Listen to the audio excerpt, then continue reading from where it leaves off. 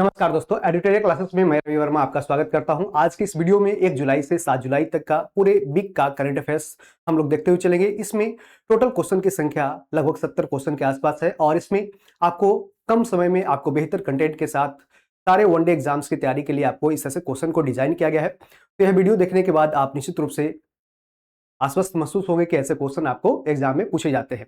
और साथ साथ आपको बताते चले किसके लास्ट में हम लोग इंपॉर्टेंट डेज जो 1 जुलाई से लेकर 7 जुलाई तक उसको भी हम लोग देखने का प्रयास करेंगे। तो लास्ट तक वीडियो को बने रहें और अपने दोस्तों में यदि वीडियो अच्छा लगे तो इसे जरूर शेयर कीजिएगा। चलिए शुरुआत करते हैं।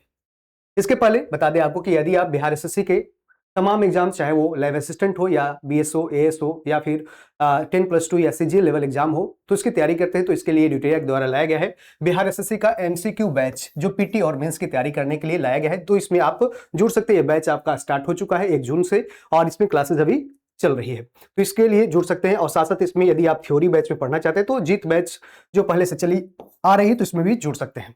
और यदि दोनों चाहते हैं कि दोनों में हम एनरोल करें तो इसके लिए आपको कर्मचारी बैच और जीत बैच दोनों में एनरोल हो सकते हैं। और आपको इस तरह से वनडे एग्जाम सेक्शन में जाना है, एडिटोरियल का ऐप इंस्टॉल नहीं किए तो कर करके जा सकते हैं, या जिसने किया है तो उसमें जाकर के देख सकते हैं। तो इस तरह से आपको एक बिहार एसएससी का बैच के लिए बात किया गया। साथ साथ एसएससी जीडी हो गया या फिर और भी वनडे एग्जाम्स के लिए भी आपको इस तरह से तैयारी कराई जाती है। और साथ साथ बीपीएससी टीआरई 4.0 का भी तैयारी करते तो उसके लिए भी बैच लाया जा चुका है। चलिए, तो आज का पहला क्वेश्चन है, Who was recently appointed as the new director of the Vikram Sarabhai space centre? यानी हाल ही में विक्रम साराभाई अंतरिक्ष केंद्र के नए निदेशक के रूप में अभी हाल ही में किसे नियुक्त किया गया है? तो दिए गए ऑप्शन है एनएस राजा सुब्रमणी, उपेंद्र पी राजीव, जनरल धीरज सेठ या एयर मार्शल आशुतोष दीक्षित। तो दिए गए ऑप्शन में हम चारों ऑप्शन को भी एक्सप्लेन करेंगे, जो नए रिसेंट अपॉइंटमेंट किए गए हैं उनके बारे में भी जानेंगे। तो इसे विक्रम साराभाई अंतरिक्ष केंद्र के नए डायरेक्टर बने हैं कौन? उपेंद्र पी राजीव। यानी कि ऑप्शन बी यहाँ पे क्या हो जाएगा? करेक्ट हो जाएगा। जानते हैं कि विक्रम साराभाई अंतरिक्ष केंद्र की बात करें तो ये विक्रम साराभाई के नाम पे इसको रखा गया था। जानते हैं इसकी स्थापना 1963 में होती है। कब? 1963 में होती है। और जानते हैं विक्रम साराभाई को कहा जाता है father of space in India, यानी कि भारत के अंतरिक्ष विज्ञान के जनक के रूप में इन्हें जाना जाता है। 1963 में जानते हैं इसकी स्थापना करते हैं। इसका हेडक्वार्टर कहाँ है? तो आपका हेडक्वार्टर इसका तिरुवनंतपुरम, जो त्रिवेंद्रम पहले था, केरल की राजधानी, वहीं पे स्थित है। और पहले ये थुम्बा रिसर्च सेंटर के नाम से जाना जाता था, लेकिन अब इसका नाम विक्रम साराभाई के नाम पे रखा गया, विक्रम साराभाई अंतरिक्ष केंद्र। यहाँ पे आपका जीएसएलवी, पीएसएलवी या जो जीएसएलवी मार्क 1, मार्क 2, 3 ऐसे यहाँ पे क्या तो रॉकेट आदि जो इसका डिजाइन किया जाता है। ठीक है, तो इसको आपको याद रखना है। तो इसका आंसर ऑप्शन बी हो जाएगा। वहीं आपको बात करें एनएस राजा सुब्रमणी कौन है, तो आपको भारत के 3rd सीडीएस यानी 3rd chief of defence staff की बात करें तो 3rd सीडीएस कौन है? तो पहले सीडीएस जानते हैं कि जनरल बिपिन रावत थे, और उसके बाद जो कौन बने? तो जनरल अनिल चौहान। उसके बाद तीसरे एनएस राजा सुब्रमणी बने। और ये डिपार्टमेंट ऑफ मिलिट्री अफेयर्स यानी कि क्या? तो डिपार्टमेंट ऑफ मिलिट्री अफेयर्स यानी डिफेंस मिनिस्ट्री के अंदर डिपार्टमेंट ऑफ मिलिट्री अफेयर्स के सचिव होते हैं। साथ साथ ये तीनों सेनाओं के एक संगठित रूप से इसके क्या रहते हैं? हेड रहते हैं। ठीक है। और जनरल धीरज सेठ की बात करें तो अभी हाल ही में जनरल धीरज सेठ आर्मी के चीफ बने हैं, यानी कि चीफ ऑफ द आर्मी बने हैं, चीफ आर्मी चीफ बने हैं। ये भी आपको याद रखना है। आर्मी चीफ अभी हाल ही में कौन बने हैं? तो ये इनका नाम है जनरल धीरज सेठ, तो ये याद रखना है। जबकि एयर मार्शल आशुतोष दीक्षित की बात करें तो अभी हाल ही में इनका अपॉइंटमेंट हुआ है। और जानते हैं कि 51st क्या बने हैं? 51st आपका नेवी के वाइस चीफ बने हैं, नेवी वाइस चीफ। ठीक है, सॉरी, एयरफोर्स वाइस चीफ। तो इनका भी नाम आपको याद रखना है। इनका नाम क्या है? तो आशुतोष दीक्षित है। ठीक है, चलिए आगे हम लोग बढ़ेंगे। इसके बारे में ऑप्शन भी क्या रहेगा? सही हो जाएगा, उपेंद्र पी राजीव। आगे बात करें, who was recently honoured with the prestigious स्वर्ण पदक, क्या? स्वर्ण पदक by the sports journalist federation of India. In sports journalist federation of India के प्रतिष्ठित स्वर्ण पदक से अभी हाल ही में किसको सम्मानित किया गया है? तो दिए गए ऑप्शन में है एमएस धोनी, सचिन तेंदुलकर, विश्वनाथन आनंद और नीरज चोपड़ा। तो दिए गए ऑप्शन में इसका आंसर आपका विश्वनाथन आनंद हो जाएगा। विश्वनाथन आनंद जानते हैं कि शतरंज प्लेयर रहे हैं और ये भारत के पहले चेस ग्रैंड मास्टर यानी कि शतरंज के ग्रैंड मास्टर बनने वाले कौन थे भारत के? तो पहले ये थे 1988 में इंडिया के बने थे। ठीक है, और अभी तक टोटल कितने अभी इंडिया में बन चुके हैं ग्रैंड मास्टर? तो अभी हाल ही में 97 बने हैं। टोटल अभी 97 ग्रैंड मास्टर इंडिया में बन चुका है। और लेटेस्ट जो अभी 97th नंबर के ग्रैंड मास्टर बने हैं चेस में कौन है? तो हर्षवर्धन वीजी बने हैं। ठीक है, क्लियर है। अभी और जानते हैं कि 5 बार के शतरंज चैंपियन भी रह चुके, 5 शतरंज चैंपियन का खिताब भी ये जीत चुके हैं। तो इनका भी नाम इस तरह से याद रख सकते हैं। कौन? विश्वनाथन आनंद।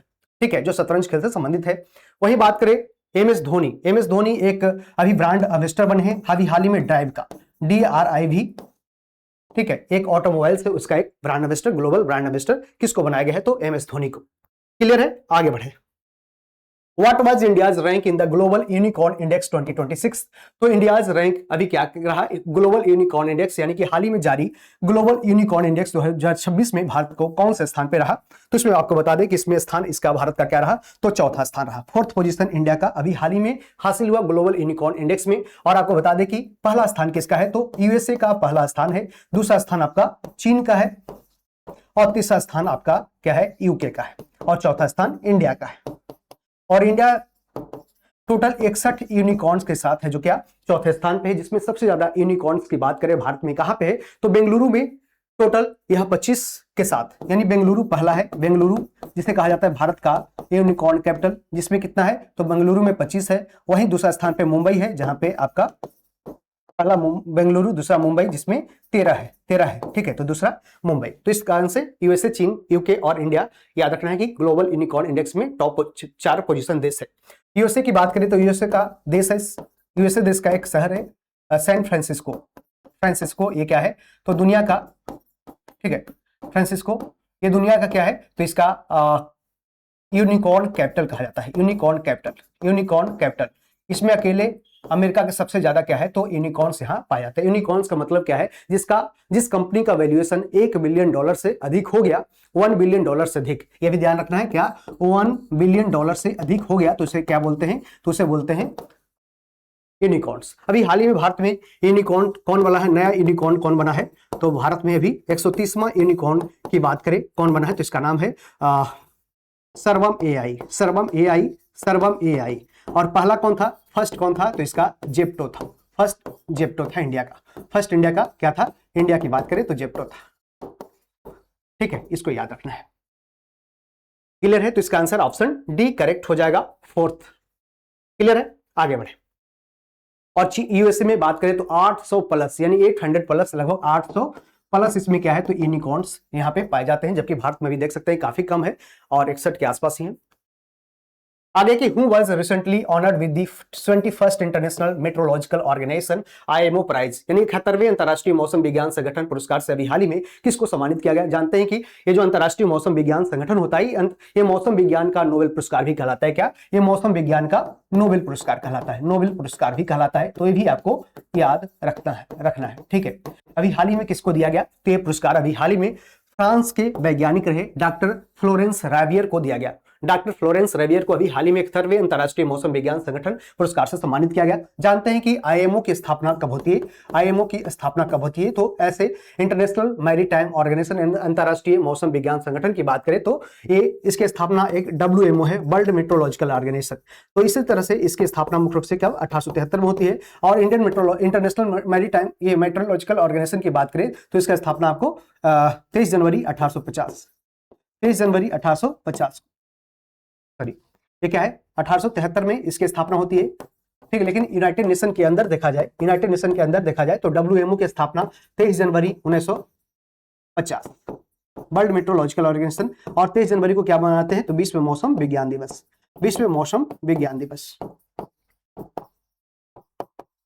विश्व मौसम विज्ञान दिवस, वर्ल्ड मेट्रोलॉजिकल डे मनाते हैं। विश्व मौसम विज्ञान दिवस कब? 23 जनवरी को मनाते हैं। वह इंडिया की बात करें तो इंडिया में IMD, इंडियन मेट्रोलॉजिकल डिपार्टमेंट की स्थापना होती है कब? तो 15 जनवरी 1875। और इसने अभी हाल ही में क्या किया है? तो अपना 150 साल कंप्लीट कर लिया। 150 साल यहाँ पे कंप्लीट हो चुका है। और इस तरह से याद रखना है कि इंडियन मेट्रोलॉजिकल डिपार्टमेंट जिसका हेडक्वार्टर कहाँ है? तो हेडक्वार्टर नई दिल्ली में। कहाँ पे? हेडक्वार्टर नई दिल्ली में इसका हेडक्वार्टर है। और इसके जो चीफ हैं, चीफ का भी नाम आपको याद रखना है कि इंडियन मेट्रोलॉजिकल डिपार्टमेंट का अभी चीफ कौन है? इसके चीफ कौन है? इंडियन मेट्रोलॉजिकल डिपार्टमेंट का अभी क्या है? तो DG कौन है? तो ये मृत्युंजय महापात्रा है। मृत्युंजय महापात्रा, ठीक है, मृत्युंजय महापात्रा, जिनका नाम आपको याद रखते हुए चलना है। इसे कहा जाता है cyclone man of India. Cyclone man of India इनको जानते हैं इस नाम से, साइक्लोन मैन ऑफ इंडिया। यानी भारत का चक्रवात के बारे में काफी इनको जानकारी है, जिस कारण से इन्हें साइक्लोन मैन ऑफ इंडिया के नाम से भी जानते हैं। ठीक है, तो ये भी आपको याद रखना है। क्लियर है? आगे हम लोग बढ़ते हैं इसके बारे में बेसिक इंफॉर्मेशन।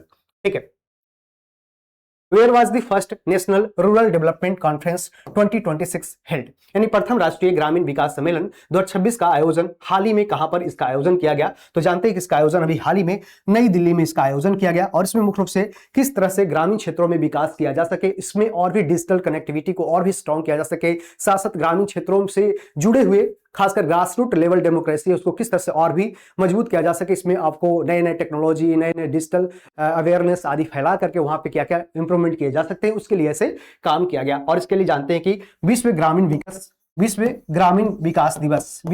विकास दिवस की बात करें तो ये आपको कब मनाया जाने की घोषणा किया गया? तो आपको 6 जुलाई को विश्व ग्रामीण विकास दिवस 6 जुलाई, ये भी आपको ध्यान रखते हुए चलना है। ठीक है, 6 जुलाई विश्व ग्रामीण विकास दिवस, 6 जुलाई आपका इसका आंसर हो जाए। जानते हैं कि नई दिल्ली में इसके जो ग्रामीण विकास मंत्री भारत के हैं शिवराज सिंह चौहान, इनके द्वारा इस संगठन को क्या क्या अध्यक्षता की गई, जिसके बारे में इस तरह से ग्रामीण विकास किस तरह से और भी संभव हो सकेगा, इसके ऊपर काम किया गया। तो इसका answer new Delhi. Who is the youngest cricketer to represent India in all formats of international cricket? तो भारत के लिए अंतरराष्ट्रीय क्रिकेट के सभी प्रारूपों में खेलने वाले सबसे युवा क्रिकेटर की बात करें तो कौन बने? तो जानते हैं कि मात्र 15 साल 99 दिनों में वैभव सूर्यवंशी, जो बिहार के समस्तीपुर के रहने वाले हैं, और इन्होंने इस अचीवमेंट को पूरा किया है, जिस कारण से चाहे वो महिला टेस्ट या महिला वनडे या महिला T20 या पुरुष T20, पुरुष टेस्ट या फिर पुरुष वनडे मैच कोई भी हो, उसमें सबसे युवा अभी तक कौन रहे? तो ये मात्र 15 साल 99 दिन, क्या 15 साल 99 दिन के अचीवमेंट को पूरा किया। और इस कारण से सचिन तेंदुलकर जो पहले से चले आ रहे थे, जो पुरुष में थे, और इन्होंने 16 साल के आसपास इन्होंने अपने कम उम्र में, सबसे कम उम्र में पदार्पण किया था इंडियन टीम में टेस्ट क्रिकेट में, जिस कारण से इनका रिकॉर्ड अभी टूटा है। साथ साथ ये सैफाली वर्मा का भी रिकॉर्ड तोड़े जो महिला क्रिकेट में सबसे युवा थी। इस कारण से पूरी तरह से अभी सबसे यंगेस्ट कौन बन गए? वैभव सूर्यवंशी। और ये इंग्लैंड के खिलाफ, किसके खिलाफ? ये T20 में इंग्लैंड के खिलाफ मैनचेस्टर में, कहां पे?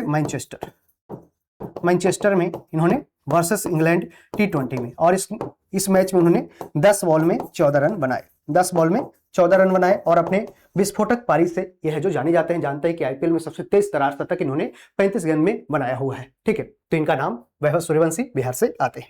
क्लियर है? Which institution developed India's first AI model based on climate and geographical data to predict floods? यानी जलवायु और भौगोलिक डेटा के आधार पर बाढ़ का पूर्वानुमान लगाने के लिए भारत का पहला AI मॉडल कौन से संस्थान के द्वारा अभी हाल ही में इसको विकसित किया गया? तो दिए गए ऑप्शन है IIT Mumbai, IISc, Indian institute of science Bengaluru, Indian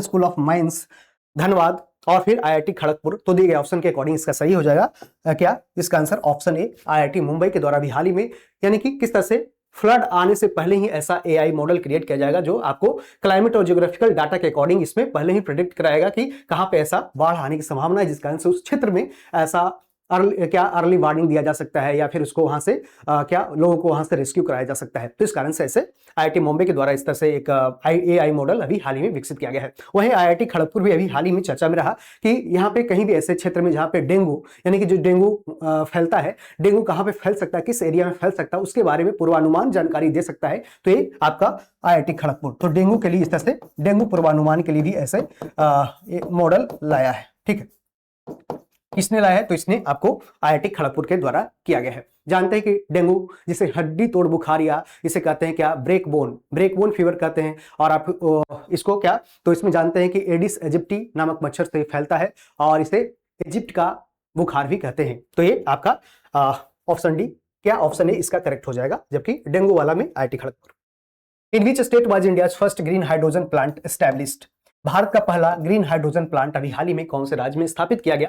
तो गुजरात, केरल, असम या महाराष्ट्र। तो दिए ऑप्शन के अकॉर्डिंग असम इसका सही हो जाएगा, जहां पे 99.99% क्या, तो इसमें 99.99% शुद्ध ग्रीन हाइड्रोजन का प्रोडक्शन इसमें किया गया, शुद्ध ग्रीन हाइड्रोजन का प्रोडक्शन इसमें किया गया है। और इसमें मुख्य रूप से ये देख सकते हैं कि भारत का पहला ऐसा कोई जगह है असम के, कहां पे? जोरहट में। कहां पे? असम के जोरहट में ऐसा व्यवस्था किया गया कि जहां पे 99.99% शुद्ध ग्रीन हाइड्रोजन का प्रोडक्शन किया जाएगा। और इस तरह से देख सकते हैं कि भारत का जो टारगेट है कि नेशनल ग्रीन हाइड्रोजन मिशन, जिसका लक्ष्य है कि आपको 5 मिलियन मीट्रिक टन प्रोडक्शन करना है ग्रीन हाइड्रोजन का, हर एक साल करना है 2030 तक, और इस दिशा में करना है कि हमें क्या हो तो ज्यादा से ज्यादा कार्बन इमिशन को कंट्रोल किया जा सके। साथ साथ इसमें भारत सरकार का जो लक्ष्य है कि 2070 तक कार्बन न्यूट्रलिटी को हासिल करना है, उसी दिशा में ये काम करेगा। और इसके हो जाने से कारण ये होता है कि जानते हैं कि नेशनल ग्रीन हाइड्रोजन मिशन जिसकी शुरुआत होती है 2023 में, और इसका लक्ष्य होता है कि कम से कम 50 मिलियन मीट्रिक टन क्या करना है तो इसमें कार्बन इमिशन को कम करना है। साथ साथ इसमें दूसरे देशों से जो हम लोग इंपोर्ट लाते हैं,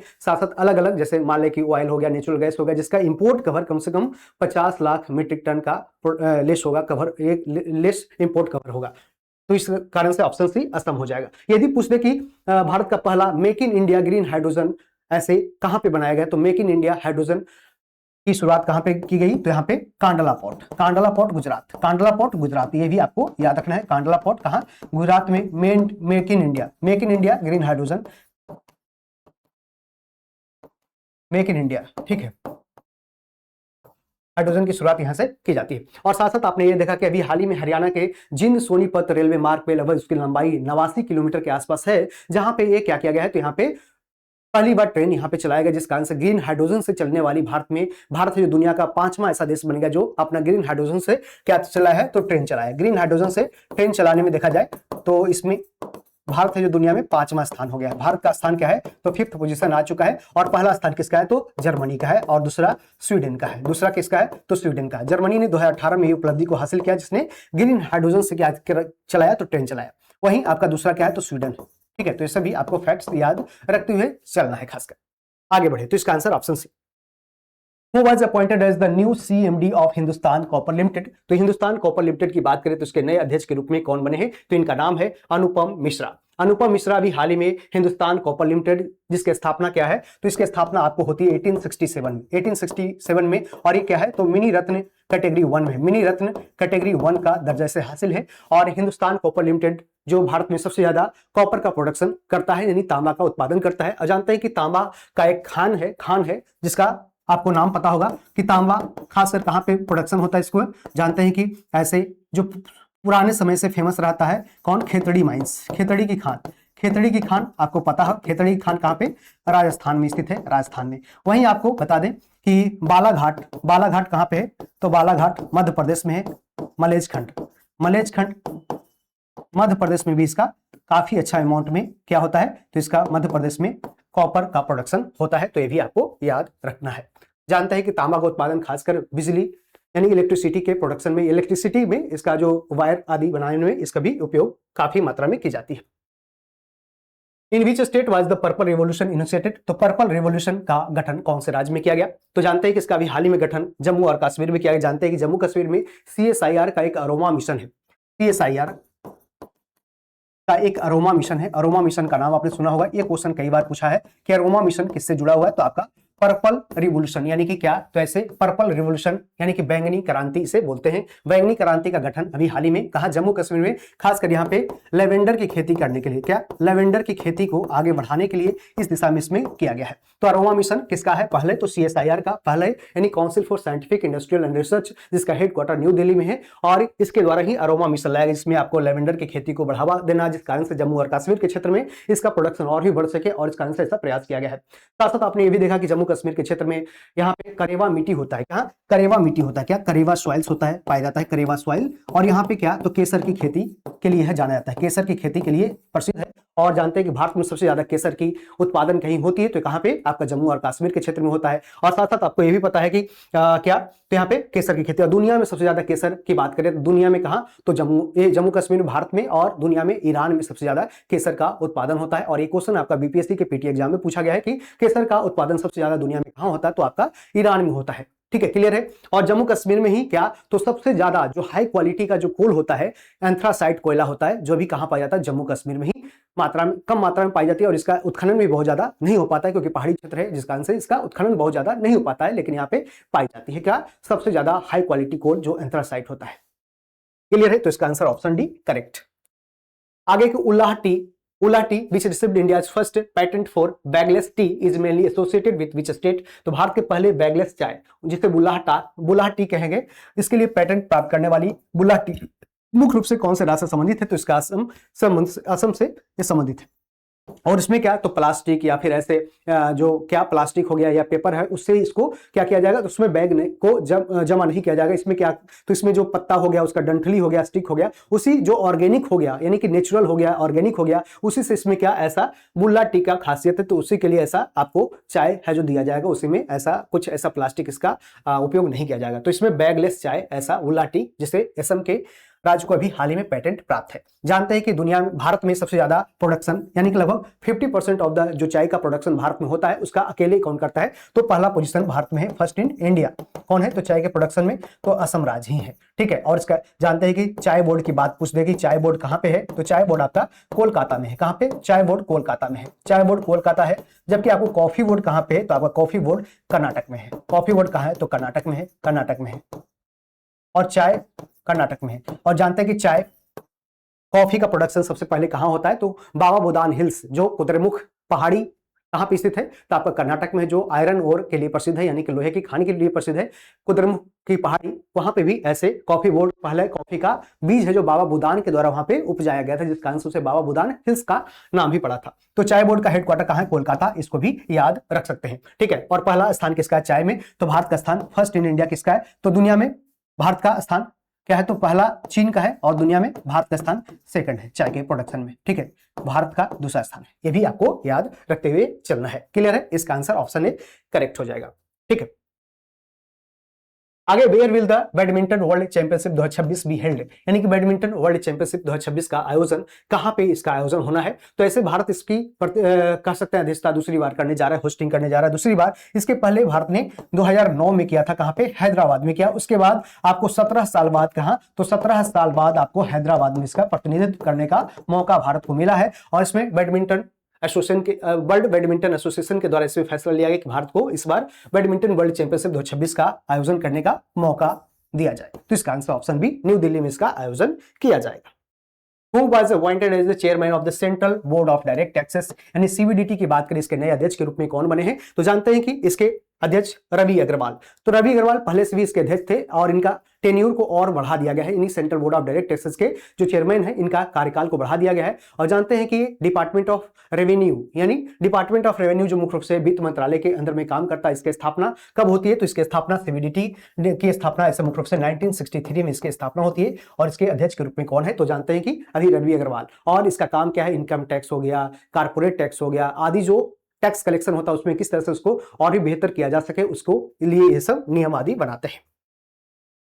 What rank was India given in the SDG Index 2026 released by the United Nations? यानी संयुक्त राष्ट्र संघ के द्वारा जारी सस्टेनेबल डेवलपमेंट गोल्स इंडेक्स 2026 में भारत को कौन सा स्थान दिया गया? 84th, 89, 94th या 99th? तो पिछली साल बात करें तो इसमें 99th था 2025 में, लेकिन अभी इसमें रैंक में थोड़ा सा सुधार हुआ है और इसमें 2026 में देखा जाए तो इसमें रैंकिंग में 94th पोजीशन में भी भारत ने हासिल किया है। ये रैंकिंग किस आधार पर दी जाती है? तो जानते हैं कि यूनाइटेड नेशन के द्वारा यूनाइटेड नेशन के द्वारा सस्टेनेबल डेवलपमेंट गोल्स यानी एसडीजी तय किए गए थे। कितने? 17 गोल्स इसमें तय किए गए थे। 17 गोल्स। 17 गोल्स में आपको यह भी पता है कि इसमें जो क्या है, तो इसमें आपको पता है कि गरीबी को कम करना, भूखमरी कम करना, साथ साथ इसमें क्लाइमेट एक्शन के ऊपर काम करना। इसके लिए आपने देखा कि जो एसडीजी 13 है ये काफी इंपॉर्टेंट है, आपको याद रखना है। एसडीजी 13 क्या है? तो क्लाइमेट एक्शन यानी कि जलवायु के लिए क्या, इसके बचाव के लिए क्या क्या आप काम कर सकते हैं, उसके लिए क्लाइमेट एक्शन को इसमें रखा गया है प्रायोरिटी में। तो इसमें आप देख सकते हैं, इसमें आपको क्या एसडीजी 13 आपको ध्यान रखना है। तो ये सब प्रमुख 17 सस्टेनेबल डेवलपमेंट गोल्स को तय किया गया था। और इसका कब तय किया गया था? 2015 से इसकी शुरुआत होती है। 2015 से लेकर 2030 तक इसका टारगेट था। और इसमें यह देखा गया कि कौन से देश है जो इसमें आप काफी अच्छा काम किया है। तो इसी के आधार पे देखा गया कि 2015 से अब 2030 हो गया है और 2030 के बीच में हम लोग लगभग ऑलमोस्ट 10 साल कंप्लीट 11 साल कर लिए हैं, लेकिन अभी तक कौन से देश है जो इसमें कौन से पोजीशन पे है, यानी कौन से अच्छे काम कर रहे हैं। तो इसमें देखा गया तो भारत का इसमें अभी तक सुधार कितना हुआ? तो 99th पोजीशन अभी तक भारत ने इसमें हासिल किया किया, जबकि पहला स्थान आपको नॉर्डिक कंट्री वाले जो होते हैं, फिनलैंड हो गया, डेनमार्क हो गया, स्विट्जरलैंड आदि देश हो गया, जिसमें पहला पोजीशन इसमें टॉप 3 पोजीशन इसमें हासिल किया हुआ है। तो आपको ये सब ध्यान रखते हुए चलना है, जिसमें आपको गरीबी को कम करना, भुखमरी कम करना, लाइफ बिलो वाटर यानी कि क्या क्या तो जो पानी के अंदर बहुत सारे जीव जंतु रहते हैं उसकी सुरक्षा कैसे किया जाए, या फिर जो स्थल पे जंतु रहते हैं उसकी क्या किस तरह से संरक्षण किया जा सके, और भी अलग अलग ऐसे सस्टेनेबल डेवलपमेंट गोल्स तय किए गए हैं। तो इसका आंसर ऐसा ऑप्शन सी क्लियर हो जाएगा, क्या ऑप्शन सी 94th। आगे के बीच स्टेट और UT recently launched road adoption and heritage related schemes. तो सड़कों को गोद लेने और विरासत से जुड़ी योजनाओं को हाल ही में कौन से राज्य या केंद्र शासित प्रदेश के द्वारा शुरू की गई? तो दिए गए ऑप्शन के अकॉर्डिंग क्या आंसर हो जाएगा? तो इसका आंसर दिल्ली हो जाएगा। तो दिल्ली में ऐसे बहुत सारे ऐसे इमारत है, ऐसे नेचुरल हेरिटेज है या फिर कह सकते हैं ऐसे स्मारक है जो बनाए गए थे और उसको संरक्षण करने की जिम्मेदारी सरकार ने ली है। उस तरह से दिल्ली के मुख्यमंत्री रेखा गुप्ता के द्वारा यह फैसला उसकी सरकार के द्वारा लिया गया कि वहां पे क्या, तो इस तरह से जितने सारे सड़क हो गया उसको सुरक्षित रखने के लिए या फिर उसको साफ सुथरा रखने के लिए, या फिर ऐसे स्मारक है या इमारत है उसको भी लंबे समय तक वो टिका रहे, बने रहे, जिस कारण से जैसे चाहे वो कुतुब मीनार हो या फिर कह सकते हैं कि लाल किला हो और भी अन्य वहां पे जैसे हुमायूं का किला हो गया, तो सब सारे को प्रोटेक्शन मिल सके, इसके लिए ऐसी योजना लाया गया है। क्या सड़कों को गोद लेने और विरासत से जुड़ी योजनाएं कहां पे? तो दिल्ली में। Who was appointed as the 51st vice chief of the Indian Air Force? तो जानते हैं 51वां नंबर का vice chief of the Indian Air Force कौन अभी हाल ही में नियुक्त किया गया है? तो इनका नाम है आशुतोष दीक्षित। आशुतोष दीक्षित याद रखते हुए चलना है। जानते हैं कि ऐसे chief of the Indian air force अभी कौन है? तो अमरप्रीत सिंह ये इसके चीफ है। एक आपको ध्यान रखना है, इसके पहले हमने बता दिया है। क्लियर है? आगे बढ़ते हैं।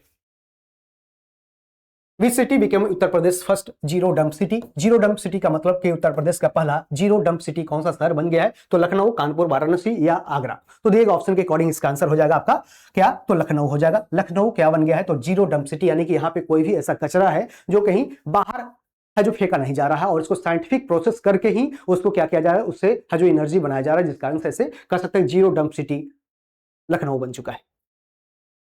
Lonar lake which is in the news recently is located in which Indian state? तो हाल ही में चर्चा में रही लोनार झील भारत के किस राज्य में स्थित है? तो यहाँ पे लोनार झील देख सकते हैं कि अभी हाल ही में इसका जो कलर जो है क्या हो गया है? तो पिंक हो गया है, और पिंक होने के कारण ये काफी न्यूज में रहा। तो ऐसा इसलिए हुआ है, जानते हैं कि यहाँ पे कुछ ऐसा जो ये मुख्य रूप से बना किस लिए है, तो बना कैसे है? तो आपको बता दें कि मेटेराइट, जानते हैं कि ऐसे मेटेराइट जो ऊपर बनते हैं, मेटेराइट जो जिसे कहते हैं उल्कापिंड जैसे ही थर्मोस्फेयर में जैसे ही आते हैं वो टकराते हैं, उसके बाद क्या होता है? तो थर्मोस्फेयर से मेसोस्फेयर में आते हैं तो टकराते हैं, उसके बाद क्या होता है? ये बहुत ज्यादा ठंडा हो जाते हैं और इस कारण से पृथ्वी पे गिर जाते हैं उल्कापिंड, और ऐसे ही गिरने के कारण इसका निर्माण क्रेटर लेक का, जिसे कहते हैं क्या, एक क्रेटर लेक बोलते हैं, क्या क्रेटर लेक, जो मेटेराइट यानी उल्कापिंड के कारण हुआ है, उल्कापिंड के गिरने से ये बना है। ठीक है, तो क्रेटर लेक है, भारत का पहला क्रेटर लेक कौन सा है? तो आपका ये, और ये नेचुरल जियो हेरिटेज साइट भी है, ये भी ध्यान रखना है, नेचुरल जियो हेरिटेज साइट भी है, भारत का हेरिटेज साइट्स भी है। साथ साथ ये रामसर स्थल के रूप में भी है, रामसर स्थल के रूप में भी ये शामिल है। ठीक है, ये भी आपको याद रखना है। चलिए, तो इसका अभी हाल ही में कहां पे ये पाया गया? तो ये कहां पे है मतलब मुख्य रूप से? तो ये महाराष्ट्र में स्थित है। कौन सा? तो लोनार झील कहां पे? महाराष्ट्र में है। ठीक है, आगे कि वेयर वाज द एससीओ यानी Shanghai cooperation organisation women's forum 2026 organised? Shanghai सहयोग संगठन महिला फोरम 2026 का आयोजन कहां किया गया? जानते हैं इसकी स्थापना कब होती है? 2001 में इसकी स्थापना होती है, और इसका हेडक्वार्टर आपका कहां है? तो शंघाई में इसका हेडक्वार्टर है। और आपको बता दें इसका ही एक पार्ट है क्या? तो इसका पार्ट है RATS यानी रीजनल एंटी टेररिस्ट स्क्वाड और स्ट्रक्चर, जिसका हेडक्वार्टर कहां है? तो बिश्केक है, बिश्केक है। ठीक है, सॉरी, इसका हेडक्वार्टर कहां है? ताशकंद है, ताशकंद। उज्बेकिस्तान की राजधानी कहां है? ताशकंद में इसका हेडक्वार्टर है। ये भी आपको याद रखना है, जो मुख्य रूप से एससीओ के अंदर किस तरह से आतंकवाद को रोका जाए इसके लिए काम करता है। और भारत भी इसमें शामिल हुआ है, भारत और पाकिस्तान भी इसमें शामिल हो चुका है। कब शामिल हुआ? तो 2017 में भारत इसमें शामिल होता है और पाकिस्तान के साथ, और साथ साथ अभी हाल ही में ईरान और बेलारूस भी इसमें शामिल हुआ है, ईरान और बेलारूस भी इसमें शामिल हो चुका है। तो latest member added in the SCO is Iran और बेलारूस, तो इसको याद रखते हुए चल सकते हैं। तो एससीओ महिला फोरम 2026 का आयोजन अभी हाल ही में कहां पे किया गया? तो इसका आयोजन बिश्केक में किया गया। कहां पे? बिश्केक में किया गया, बिश्केक में। और भारत जब शामिल हुआ था कौन सा? तो अस्ताना में इसका आयोजन उस समय किया गया था, तो एससीओ का। तो बिश्केक में महिला संबंधित जितने सारे प्रोटेक्शन किस तरह से किया जाए, महिलाओं का सुरक्षा संबंधी ऐसे या महिला आत्मनिर्भरता या महिला का सशक्तिकरण के ऊपर इसमें मुख्य रूप से चर्चा की गई। India recently signed a new memorandum of understanding on space cooperation with which country. तो भारत ने भी हाल ही में कौन से देश के साथ अंतरिक्ष सहयोग के लिए नए समझौता ज्ञापन पर हस्ताक्षर किया है? तो दिए गए ऑप्शन के अकॉर्डिंग क्या आंसर हो जाएगा? इसका आंसर यूनाइटेड अरब अमीरात। तो यूनाइटेड अरब अमीरात का एक होप प्रोब इसका अभी हाल ही में सैटेलाइट किस तरह से लॉन्च करना है, किस तरह से आगे स्पेस में अंतरिक्ष में बढ़ चढ़कर हिस्सा कौन लिया है, तो अभी हाल ही के वर्षों में यूनाइटेड अरब अमीरात ने किया है, जिसका आंसर भारत के साथ कोऑपरेट किया है और किस तरह से कौन सी जगह पे भारत के साथ मिलकर क्या करेगा, तो अपने सैटेलाइट को लॉन्च कराएगा और इसका आंसर भारत के जो लॉन्चिंग स्टेशन है उसका भी उपयोग कर सकता है। कौन? यूनाइटेड अरब अमीरात।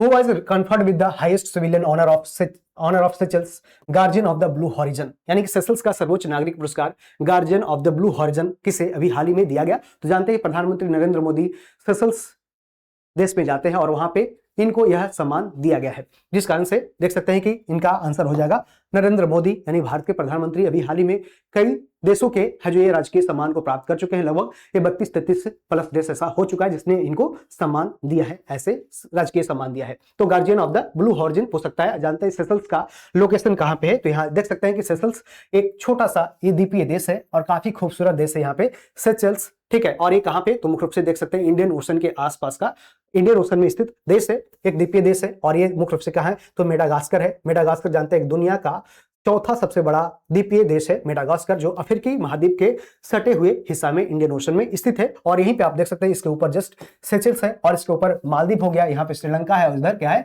इंडिया हो जाएगा, इधर क्या है? तो लक्षद्वीप हो जाएगा। तो ये भी आपको याद रखना है कि इसमें कहां पे इसका लोकेशन है, तो ये आपको ध्यान रखना है। और इधर क्या है? मॉरिशस इसके जस्ट नीचे है, सेशल्स के नीचे, मेडागास्कर के बगल में, ठीक है, क्लियर है। Where was India's first satellite based landing system tested? तो भारत के पहले सैटेलाइट आधारित लैंडिंग सिस्टम का परीक्षण कहां पे किया गया? तो इसमें अभी देखा गया कहां पे इसको सैटेलाइट लैंडिंग सिस्टम, तो इसका अभी हाल ही में उदयपुर में इसलिए किया गया कि जानते हैं कई बार ऐसे होते हैं कि कई ऐसे हेलीकॉप्टर या विमान ऐसे उड़ते रहते हैं और अचानक से क्या होता है कि ऐसे लो विजिबिलिटी यानी कहीं दिखा नहीं, एरोप्लेन आदि चलते रहते, उसमें लो विजिबिलिटी हो गया या वर्षा हो गया या कुछ कारण से ऐसे क्या हो गया कि रोकना पड़ जाए। तो इस कारण से सैटेलाइट के आधार पर आसपास के क्षेत्र में कहीं से पहाड़ी क्षेत्र मिल जाएगा जहां पे उसको सफल रूप से या सड़क पे उसको सफल रूप से लैंडिंग किया जा सके। इसके लिए अभी सैटेलाइट आधारित लैंडिंग सिस्टम का परीक्षण अभी हाल ही में कहां किया गया? उदयपुर राजस्थान में इसको किया गया है, क्लियर है। Which country became the world's first to start a hydrogen production hub? यानी हाइड्रोजन उत्पादन केंद्र शुरू करने वाला दुनिया का पहला देश कौन बन गया है? तो इंडिया, जापान, जर्मनी और चाइना। ऐसे देखा जाए तो ग्रीन हाइड्रोजन से चलाने वाली पहली ट्रेन कौन रही? तो जर्मनी के द्वारा चलाया गया। लेकिन इसमें देखा गया हाइड्रोजन उत्पादन केंद्र शुरू करने वाला दुनिया का पहला देश बन चुका है अपना भारत बन चुका है। और जानते हैं कि भारत का जो लक्ष्य है कि कार्बन न्यूट्रलिटी को हासिल करना 2070 तक, इसके ही दिशा में ऐसे नेशनल ग्रीन हाइड्रोजन मिशन की शुरुआत भारत के द्वारा 2023 में की जाती है, जिसमें 5 million metric ton green hydrogen का प्रोडक्शन करना हर एक साल 2038 तक। और इसका लक्ष्य क्या रहेगा? तो भारत सरकार का इंपोर्ट कवर काफी कमेगा, जिस कारण से क्या कार्बन इमिशन को अभी है जो कमी आएगा, साथ साथ भारत सरकार को रेवेन्यू भी हासिल होगा, ताकि हम लोग क्या दूसरे कंट्री से ऐसे पेट्रोल नेचुरल गैस आदि का प्रोडक्ट आदि है जो क्या इंपोर्ट कम करेंगे और हमारा फॉरेक्स रिजर्व से जो बढ़ेगा। तो इस कारण से इंडिया के द्वारा ऐसा ग्रीन हाइड्रोजन के क्षेत्र में हाइड्रोजन उत्पादन केंद्र शुरू करने वाला दुनिया का पहला देश भारत बन चुका है। और जानते हैं कि ग्रीन हाइड्रोजन का प्रोडक्शन जो होता है क्या इसमें H2O, जिसमें H2 प्लस ऑक्सीजन ये दोनों टूटता है। और इसमें पता है कि आपको इलेक्ट्रोलाइसिस के प्रोसेस से इलेक्ट्रोलाइसिस, और ये यूपीएससी के पीटी क्वेश्चन ये पूछा गया था 2026 में।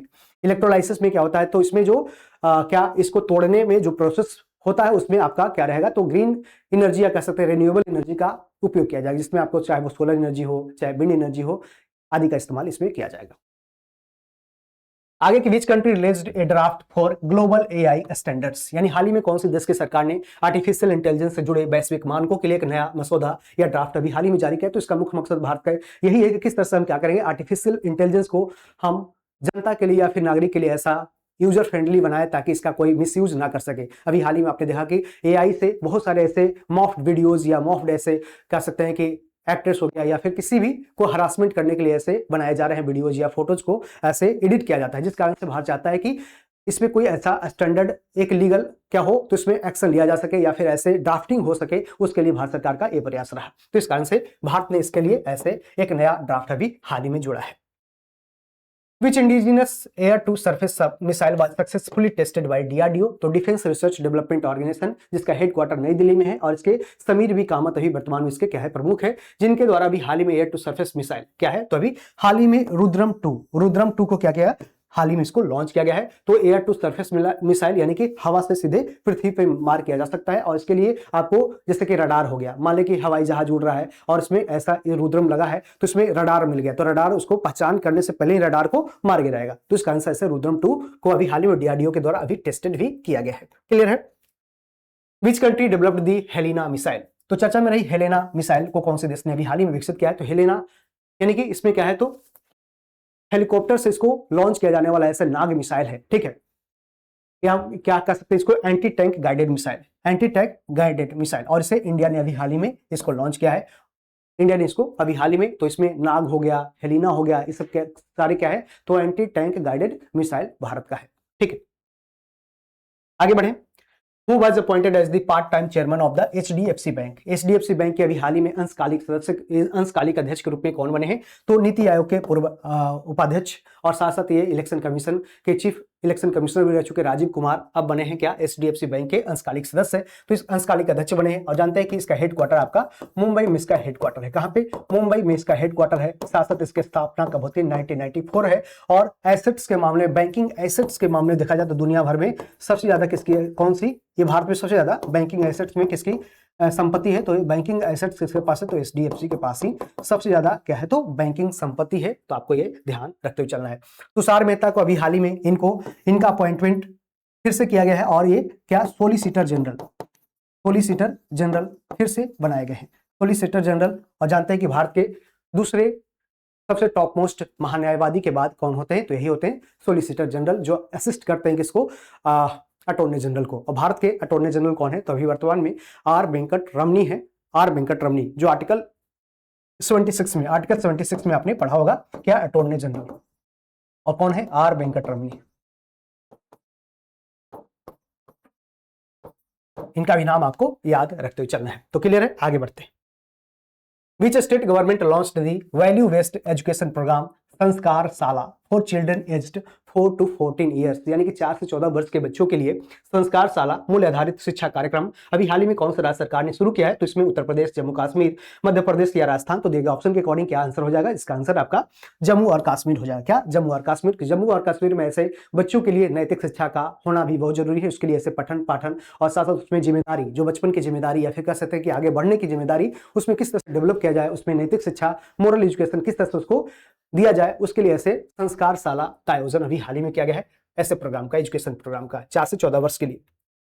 Which country had the highest foreign exchange reserve in 2026 में सबसे अधिक विदेशी मुद्रा भंडार वाला देश अभी हाल ही में कौन बना है, तो दिएगा ऑप्शन के अकॉर्डिंग क्या हो जाएगा, तो चाइना हो जाएगा। चाइना ने क्या किया है, तो सबसे अधिक विदेशी मुद्रा भंडार यानी कि सबसे ज्यादा फॉरेन एक्सचेंज रिजर्व किसके पास है, तो चाइना के पास है। और इससे दुनिया में टॉप 10 कंट्री कौन कौन से जिसके पास ऐसे फॉरेन एक्सचेंज रिजर्व सबसे ज्यादा है, तो इसमें देखा जाए तो चीन के पास अभी सबसे ज्यादा है, और इसमें 3410 अरब डॉलर के आसपास है, 3410 यानी 3410 अरब डॉलर है। जबकि जापान इसमें दूसरा स्थान पे है, और ये 1259 डॉलर के आसपास। स्विट्जरलैंड क्या है, तो 932 डॉलर अरब डॉलर, और ताइवान के पास आपका 602 अरब डॉलर। वहीं भारत इसमें चौथा के बाद क्या है, तो ताइवान के बाद 5वां स्थान पे है, और इसके पास 543 क्या अरब डॉलर के आसपास है। अभी हाल ही में भारत सरकार का जो फॉरेन एक्सचेंज रिजर्व है वो काफी घटा है, और कारण इसके पीछे क्या रहा, तो जानते हैं कि इसमें डॉलर है, जो क्या डॉलर अधिक मूल्यवान हुआ है और रूपी कमजोर हुआ है, जिस कारण से क्या हो रहा है कि भारत को विदेशी मुद्रा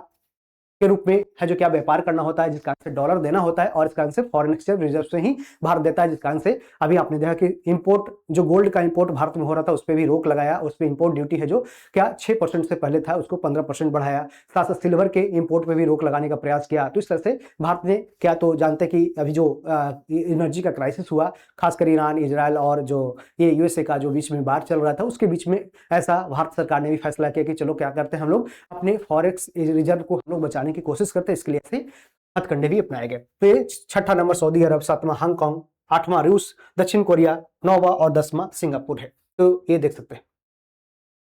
which Indian team qualified for the Los Angeles Olympic 2028, तो कौन सी भारतीय टीम ने लॉस एंजल्स ओलंपिक 2028 के लिए क्वालिफाई किया है, तो दिए गए ऑप्शन के अकॉर्डिंग जानते हैं कि अगला जो ओलंपिक होने जा रहा है इसमें क्रिकेट को भी शामिल किया गया है। और 128 साल बाद ऐसे 1900 में 1900 में पेरिस ओलंपिक हुआ था, इसमें शामिल किया गया था। ठीक है, पेरिस ओलंपिक में शामिल किया गया था। इसके बाद देखा जाए तो 128 साल बाद 2028 में क्या क्रिकेट को शामिल किया गया है? क्रिकेट को शामिल किया गया है। इसमें भारतीय क्रिकेट पुरुष भी और महिला भी, यानी पुरुष प्लस महिला दोनों क्रिकेट में शामिल हो चुका है भारतीय टीम का। तो ये भी ध्यान रखना है। तो इस कारण से इंडियन वीमेंस क्रिकेट टीम को भी अभी हाल ही में इसमें शामिल हुआ है। तो इसमें लॉस एंजल्स ओलंपिक 2028 के लिए। ठीक है, पिछला ओलंपिक कहाँ हुआ? ये कब? तो 2024 में कहाँ हुआ? तो आपको ये पेरिस हुआ। इसके पहले 2020 का टोक्यो हुआ था। अगला 2028 में कहाँ होगा? तो आपका लॉस एंजल्स अमेरिका में होगा। यहाँ पे लॉस एंजल्स अमेरिका में ये इसका आयोजन किया जाएगा। क्लियर है? आगे बढ़े। According to the Global Hydropower Outlook 2026, what is India's rank in hydropower capacity? यानी कि किस तरह से देखा जाए तो global hydro power outlook report अभी हाल ही में जारी किया गया 2026। इसके अनुसार भारत की विद्युत क्षमता में कौन सा स्थान अभी दिया गया है? तो इसमें भारत में देखें तो इसका पांचवा स्थान है। और इसमें देखा गया तो किस तरह से क्या run of the river project हो गया, या फिर बहुत सारे इसमें भारत में प्रोजेक्ट ऐसे हैं जिसमें हाइड्रो इलेक्ट्रिसिटी प्रोजेक्ट, जिसमें ऐसे जो पानी से यानी कि नदियों के जल से या फिर ऐसे डैम बना करके वहां से बिजली का उत्पादन टरबाइन्स के माध्यम से किया जाता है। तो इसके लिए भारत में देखा जाए तो भारत के स्थान क्या है? तो पांचवा स्थान इसमें है। और इसमें आपको देख सकते हैं भारत में क्या, तो इसमें टेहरी डैम हो गया जो भागीरथी नदी के ऊपर है, या साथ साथ जो कोयना डैम है जो महाराष्ट्र में है। तो ऐसे बहुत सारे जो जलबांध है जहां से पानी का उपयोग करके ऐसे क्या होते ही। तो इसमें जैसे अभी हाल ही में कोयली डैम है जो कहाँ पे आपका असम में ब्रह्मपुत्र नदी के ऊपर बनाया गया। नाथपा झाकरी डैम है जो कहाँ हिमाचल प्रदेश में है, जो भारत का पहला अंडरग्राउंड ऐसे क्या है तो जहाँ पे जल विद्युत उत्पादन करने की क्षमता को विकसित किया गया है अंडरग्राउंड तरीके से। तो ये नाथपा झाकरी हिमाचल प्रदेश, तो ये भी आपको याद रखते हुए चलना है। और यही पूछते कि आपको कि रिन्यूएबल एनर्जी में भारत का स्थान क्या है? रिन्यूएबल एनर्जी में आपका भारत का प्रोडक्शन करने में भारत का स्थान अभी हाल ही में चेंज हुआ है, और इसका आंसर क्या है तो थर्ड स्थान यहाँ पे पहुंच चुका है। क्या? थर्ड स्थान। Which country handed over the contract for the Mongla port development to China? यानी कौन से देश ने मोंगला बंदरगाह के विकास का ठेका चीन को सौंप दिया है? तो जानते हैं कि बांग्लादेश का इंपॉर्टेंट पोर्ट है, जिसका सबसे बड़ा और सबसे व्यस्ततम बांग्लादेश में कोई पोर्ट है तो उसका नाम है चट्टगांव बंदरगाह। और चट्टगांव बंदरगाह के बाद दूसरा ऐसा कोई बिगेस्ट पोर्ट है, सेकंड बिगेस्ट पोर्ट है, सेकंड सबसे बड़ा पोर्ट है कौन? मोंगला बंदरगाह, second biggest port after Chittagong port. क्या है? After Chittagong port. Chittagong port जो आपका कहां पे है? तो आपका बांग्लादेश में। ठीक है, बांग्लादेश में। ठीक है, second biggest port after Chittagong port Bangladesh. तो इस कारण से देख सकते हैं कि इसका लोकेशन कहां है? तो बांग्लादेश में है। और ये बांग्लादेश ठेका किसको दिया? तो मोंगला बंदरगाह के लिए बनाने के लिए इसका विकास का ठेका चीन को सौंप दिया है। तो ये आपको याद रखना है। जबकि श्रीलंका में क्या है? तो हम्बन टोटा पोर्ट कहां पे? हम्बन टोटा श्रीलंका में है, जिसको कौन लीज पे लिया हुआ है? तो हम्बन टोटा पोर्ट की बात करें, हम्बन टोटा पोर्ट ये आपका चीन के द्वारा इसको अधिग्रहित किया गया है। किसके द्वारा? तो श्रीलंका गवर्नमेंट के द्वारा। क्लियर है? आगे बढ़े। Where was the 16th India Japan annual summit held? हाल ही में भारत और जापान के वार्षिक शिखर सम्मेलन का 16वां संस्करण कहां पे इसका आयोजन किया गया? तो 16वां संस्करण अभी जानते हैं कि हर एक साल भारत और जापान के बीच में ऐसे क्या किया जाता है तो उसमें वार्षिक शिखर सम्मेलन आयोजित किया जाता है। इसमें 16वां अभी आयोजन किया गया, न्यू दिल्ली में किया गया, जिसमें जापान की जो पहली महिला प्रधानमंत्री साने ताकाइची, जापान की पहली महिला पीएम, ये भी याद रखना है, पहली महिला पीएम के रूप में कौन आई है? Sanae Takaichi. इनका नाम है साने ताकाइची। ठीक है, ये भारत की यात्रा पे आते हैं और इस तरह से किस तरह से भारत के साथ उसका रिलेशन और भी स्ट्रॉन्ग किया जा सके। और साथ साथ इसमें इसमें जो बायलैटरल क्षमता विकसित करने के साथ साथ इसमें इंडो पैसिफिक रीजन के क्षेत्र में भारत और जापान जानते हैं कि क्वाड और मालाबार अभ्यास का दोनों का भाग है। तो भारत, जापान, ऑस्ट्रेलिया और अमेरिका क्वाड और मालाबार ये दोनों का भाग है, जिस कारण से इंडो पैसिफिक रीजन में कौन भी क्या क्या इसमें और भी सुधार किया जा सकता है, क्या क्या इसमें और भी सुरक्षा के उपाय अपनाए जा सकते हैं, इसके ऊपर भी चर्चा की गई। Which new country adopted India's UPI payment system? तो यूपीआई पेमेंट सिस्टम यानी क्या है? तो यूपीआई पेमेंट यानी यूनिफाइड पेमेंट इंटरफेस। यूपीआई का फुल फॉर्म क्या होता है? Unified payment interface. और एनपीसीआई यानी national payment corporation of India, NPCI के ही अंडर में सारे यूपीआई काम करते हैं, चाहे वो भीम यूपीआई हो, चाहे फोन पे हो यूपीआई हो, चाहे गूगल पे यूपीआई हो, आदि सब काम करते हैं national payment corporation of India के अंदर में ही काम करते हैं। उसी का एक अम्ब्रेला ये ऑर्गेनाइजेशन कौन है? एनपीसीआई। यहाँ देख सकते हैं कि ग्रीस ने अभी हाल ही में इसमें जुड़ा है। ग्रीस ने यूपीआई को एक्सेप्ट किया है। इसके पहले बहुत सारे देश ने किया, जिसमें फ्रांस हो गया, नेपाल हो गया, सिंगापुर हो गया, यूएई हो गया, आदि देशों ने इसमें क्या तो यूपीआई को अडॉप्ट किया है। In which state will India first offshore airport be constructed? तो इंडिया का पहला यानी भारत के पहले ऑफशोर एयरपोर्ट का निर्माण किस राज्य में किया जाएगा? तो इसमें देख सकते हैं कि महाराष्ट्र के तटीय राज्य में, तटीय क्षेत्र में यहाँ पे क्या तो ऐसे जानते हैं कि ऑफशोर पोर्ट का मतलब ये होता है कि जैसे ये क्या समुद्र के अंदर ऐसे कृत्रिम आइलैंड बना के यानी आर्टिफिशियल आइलैंड बना के या फिर समुद्र के ऊपर ही ऐसे क्या हो तो क्या पानी वाले क्षेत्र में कोस्टल एरियाज के ऊपर क्या हो तो उसमें ऐसे आर्टिफिशियल आइलैंड बना करके वहां पे ऐसे पोर्ट की व्यवस्था करना, तो उसके बोलते हैं क्या ऑफशोर एयरपोर्ट। Offshore airport. और भी बात करें तो दुनिया में कहीं ऐसा कोई एयरपोर्ट बनाया है ऑफशोर एयरपोर्ट तो जापान का पहला है। ठीक है, और ये कहां से? जापान का पहला कौन सा है? कंसाई। जापान का पहला, जापान के द्वारा पहला बनाया गया था, फर्स्ट बनाया गया था दुनिया में पहला कंसाई एयरपोर्ट। Kansai airport. ठीक है, कंसाई एयरपोर्ट। ठीक है, तो ये भी आपको याद रखते चलना है। चलिए, Who became the highest wicket taking women cricketer in international cricket? तो अंतरराष्ट्रीय क्रिकेट में सबसे ज्यादा विकेट लेने वाली महिला खिलाड़ी के रूप में कौन बनी है? तो ये आपका दीप्ति शर्मा। दीप्ति शर्मा बनी है, जो जानते हैं कि ऐसे बल्लेबाजी और गेंदबाजी दोनों में महारत हासिल है, और इस तरह से महिला देख सकते हैं कि अंतरराष्ट्रीय क्रिकेट में सबसे ज्यादा विकेट लेने वाली महिला खिलाड़ी के रूप में बनी है दीप्ति शर्मा। और उन्होंने अभी हाल ही में जो वनडे वर्ल्ड कप का आयोजन अभी हाल ही में डीवाई पाटिल स्टेडियम में फाइनल मुकाबला किया गया, जिसमें वनडे वर्ल्ड कप में भारत ने इसको जीता है और दक्षिण अफ्रीका को हराकर उसमें ये प्लेयर ऑफ द टूर्नामेंट का खिताब जीती है। कौन? दीप्ति शर्मा। ये भी नाम याद रखते हुए चलना है। जबकि शेफाली वर्मा की बात करें तो शेफाली वर्मा जानते हैं कि यंगेस्ट वीमेन क्रिकेटर, जो अपने सबसे कम उम्र में युवा जिन्होंने महिला क्रिकेट में पदार्पण किया था भारतीय टीम में,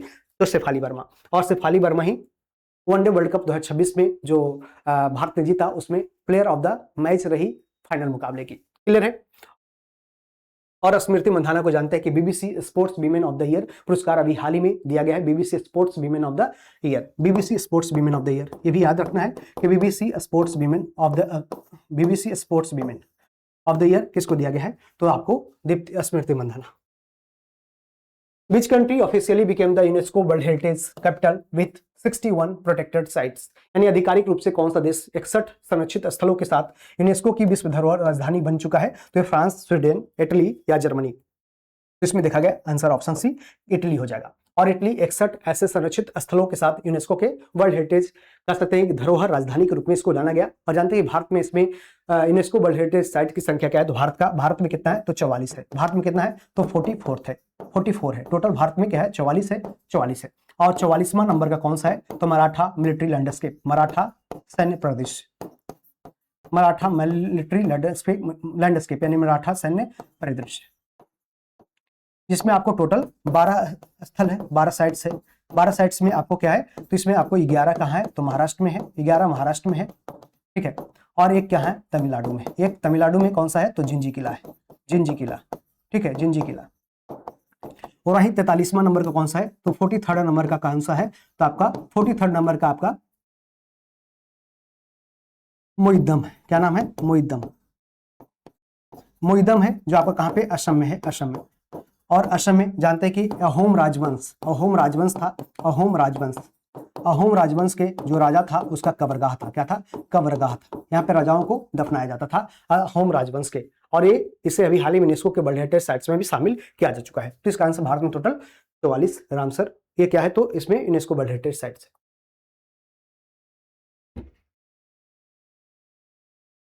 चलिए आगे बढ़े। बीच स्टेट्स पर्पल याम यानी कि कौन से राज्य की बैंगनी अरहर को 2026 में भी हाल ही में जीआई टैग मिलता है? तो अभी हाल ही में मध्य प्रदेश के बैंगनी अरहर को जीआई टैग मिलता है और अपने ये पौष्टिक कह सकते हैं पौष्टिक गुण के लिए काफी ये प्रसिद्ध है। तो जीआई टैग के लिए अभी हाल ही में दिया गया है। और जानते हैं कि द ट्राइबल क्रॉप्स सिताही कुटकी, नागमन कुटकी और क्षेत्रीय धान of this state received the GI tag. तो कौन सी राज्य की आदिवासी फसलों सिताही कुटकी, नागमन कुटकी और क्षेत्रीय धान को जीआई टैग दिया गया? तो ये मध्य प्रदेश का है। कहाँ पे?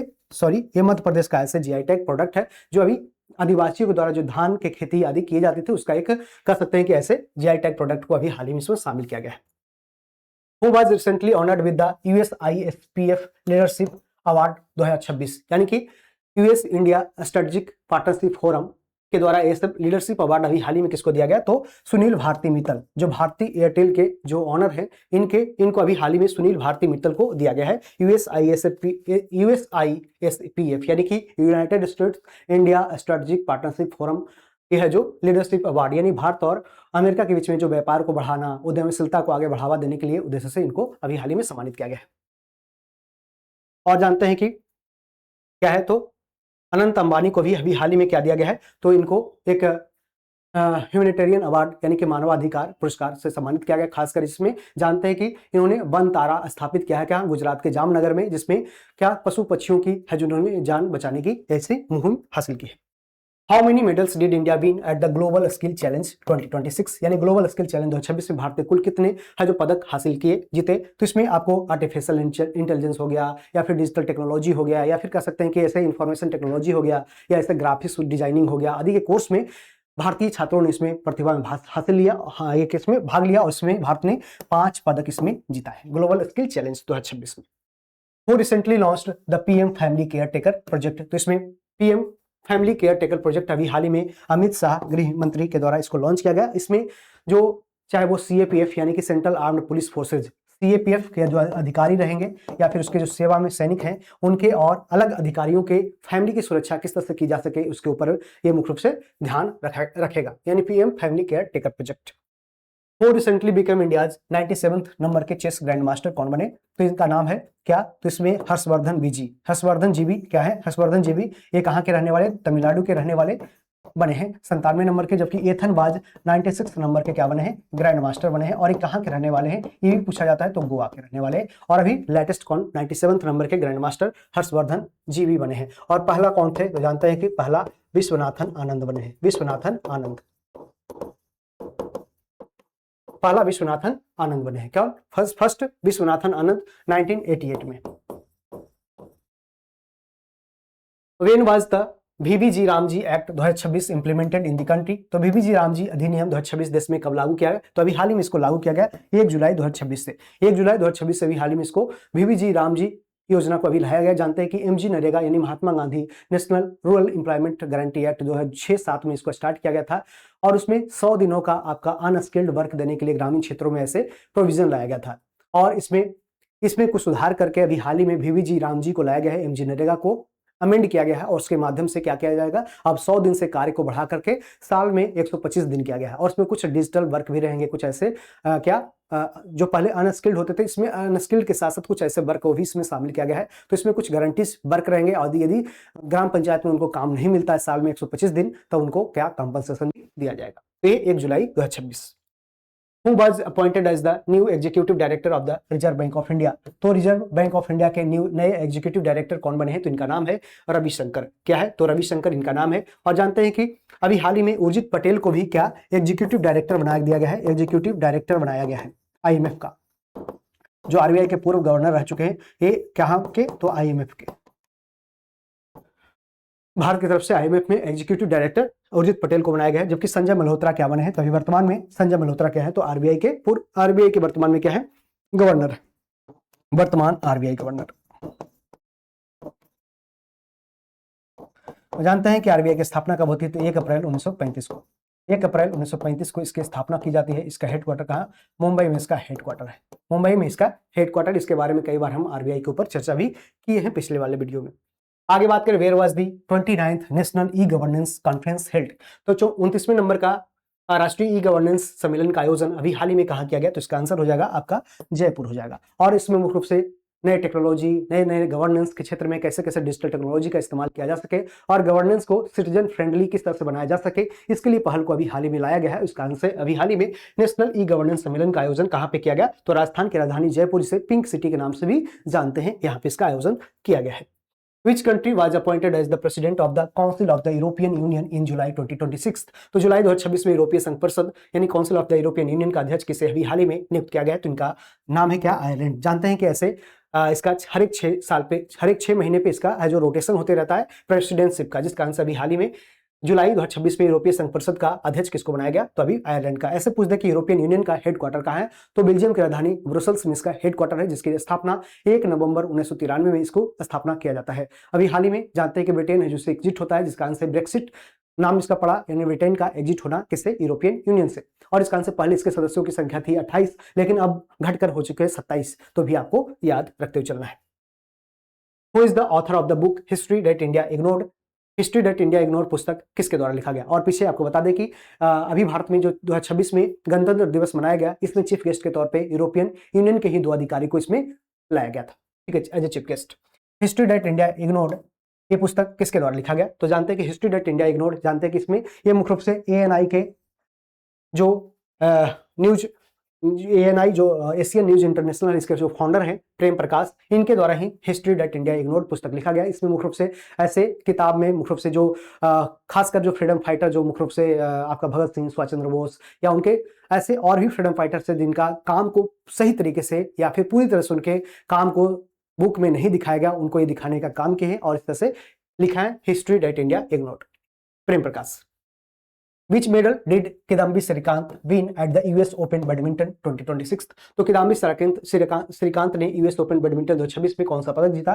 तो जानते हैं कि सिल्वर मेडल यानी रजत पदक जीतकर जो ये इतिहास रचे हैं कौन? ओपन बैडमिंटन 2026 में किदाम्बी श्रीकांत कौन से खेल से जुड़े हैं? बैडमिंटन से।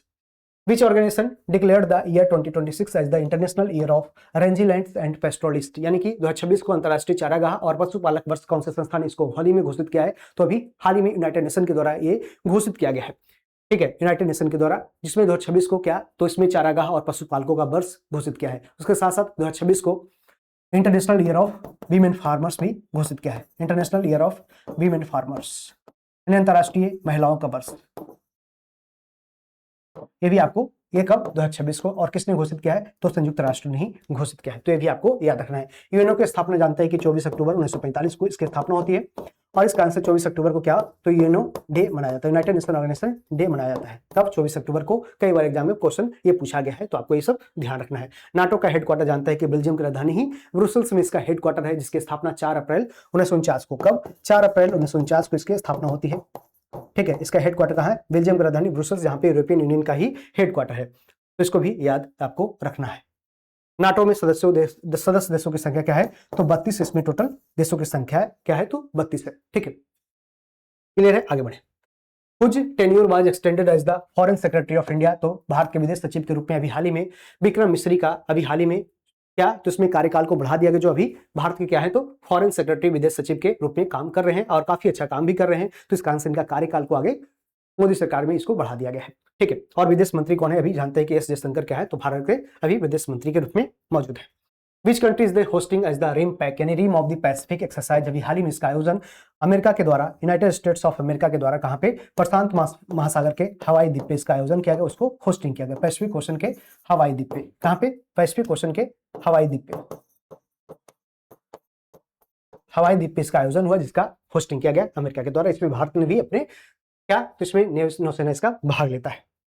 Who became the first Indian spinner to take 100 wickets in T20 international, तो T20 इंटरनेशनल में कौन सा पहला भारतीय स्पिनर रहा जिसने 100 विकेट का अपना पूरा किया है? तो इसमें आपका अक्षर पटेल। अभी हाल ही में रवि बिश्नोई ने 4 ओवर में सबसे ज्यादा रन पिटाने का भी जो रिकॉर्ड बनाया है, किसने? T20 में। और ये भारत के पहले ऐसे स्पिनर रहे, कौन? रवि बिश्नोई, जो अभी इंग्लैंड के खिलाफ जो मैच चल रहा था उसमें उन्होंने T20 में सबसे ज्यादा रन देने वाले 1 ओवर में रवि बिश्नोई बने हैं। साथ साथ आपको बता दें कि T20 में सबसे ज्यादा विकेट लेने वाले अंतर्राष्ट्रीय रूप से देखें तो इसमें कौन है? राशिद खान है, राशिद खान, ठीक है, राशिद खान बने। Who launched operation Surakshit cyber space to strengthen online safety for women and children, यानी महिलाओं और बच्चों की ऑनलाइन सुरक्षा को मजबूत करने के लिए ऑपरेशन सुरक्षित साइबर स्पेस किसने शुरू किया? जानते हैं कि ऐसे साइबर क्राइम या फिर साइबर बुलिंग हो गया, जिसमें महिलाओं और बच्चों को ऐसे खासकर तंग किया जाता है, और उसमें ऐसे गुजरात पुलिस ने इस पे एक्शन लिया और उसके कारण से गुजरात पुलिस के द्वारा ऐसे काम किया गया है। इसके पहले भी दिल्ली पुलिस हो गया या जो क्या ऐसे दिल्ली पुलिस हो गया, महाराष्ट्र पुलिस हो गया, और या होम अफेयर्स के द्वारा जिसको आगे ऐसे इनिशिएटिव लाए गए हैं महिला को बचाने के लिए। Who was appointed as the chairman of the National Road Safety Board, यानी कि सड़क सुरक्षा, राष्ट्रीय सड़क सुरक्षा बोर्ड का अध्यक्ष किसे नियुक्त किया गया अभी हाल ही में? तो जसवीर सिंह मान, जसवीर सिंह, सॉरी, इसका आंसर नितिन रमेश गोकर्ण हो जाएगा। नितिन रमेश गोकर्ण अभी हाल ही में राष्ट्रीय सड़क सुरक्षा बोर्ड का अध्यक्ष इनको बना दिया गया है, जिस कारण से ये रोड सेफ्टी के ऊपर ज्यादा काम करेंगे, ध्यान देंगे, और इस कारण से देखेंगे किस तरह से रोड जो एक्सीडेंट होते हैं, कारण क्या है, जिसमें आपने कई सारे कारण में ये भी होता है कि पॉट होल्स होते हैं, यानी कई सारे सड़क में ऐसे गड्ढे होते हैं जिसके कारण काफी सारे एक्सीडेंट होते हैं, और उसमें कई जिससे ऑटो चल रहा है, सड़क खराब है तो उसका कारण से ऑटो पलट गया और कई बार टक्कर हो जाती है गाड़ियों के बीच में, जिसका कारण से भी ऐसे मृत्यु हो जाती है, एक्सीडेंट हो जाता है। और भी आपने देखा कि कई सारे ऐसे जगहों पे रोड ओवर ब्रिज या फिर रोड अंडर ब्रिज ब्रिज आदि नहीं बने होते, जिस कारण से रोड क्रॉस करने के प्रयास में भी ऐसे सारे एक्सीडेंट होते रहते हैं। आगे है कि what is India rank in the latest global passport index 2026 report. तो ग्लोबल पासपोर्ट इंडेक्स 2026 की नवीनतम रिपोर्ट में भारत की रैंकिंग क्या रही, तो इसमें आपको 125वां कंट्री के रूप में इसको शामिल किया गया। 125वां रैंक रहा, जिसमें देखा गया कि कौन सा कंट्री है जिसमें वीजा है कि उस कंट्री में जाने के बाद यानी वीजा ऑन अराइवल सुविधा कौन सी कंट्री ज्यादा देता है, तो इसमें भारत का स्थान 125वां है, जबकि पहला स्थान किसका है, तो सिंगापुर का पहला स्थान है। पहला स्थान क्या है, तो सिंगापुर का है। फर्स्ट क्या है, तो सिंगापुर है। और अंतिम देखा जाए, अंतिम कौन है, तो अफगानिस्तान है। लास्ट कौन है, अफगानिस्तान। ये भी आपको याद रखना है। क्लियर, इसका आंसर ऑप्शन बी। आगे, who was honoured with the first NBT Bhushan award, यानी national book trust Bhushan award अभी हाल ही में किसको दिया गया, तो जानते हैं कि ये प्रसून जोशी को दिया गया। किसको, प्रसून जोशी को दिया गया, जो central board of film CBFC central board of film certification के क्या है इसके अध्यक्ष हैं। ठीक है, ये अध्यक्ष हैं कौन, प्रसून जोशी। इनको अभी हाल ही में और वरिष्ठ पत्रकार और ये रहे हैं Prasoon Joshi. Which Independence Day of the United States was celebrated on 4 जुलाई 2026? 4 जुलाई 2026 को अमेरिका का कौन सा स्वतंत्रता दिवस अभी हाल ही मनाया गया, तो इसमें नंबर क्या रहा, तो 250वां 2026 में। जानते हैं इसकी 4 जुलाई 1776 को अमेरिका आजाद होता है, किससे, तो ब्रिटिश से आजाद होता है। और इसके बाद जानते हैं कि अभी हाल ही में 250 साल ये इसने अपने स्वतंत्रता के कंप्लीट कर चुका है, कौन, अमेरिका।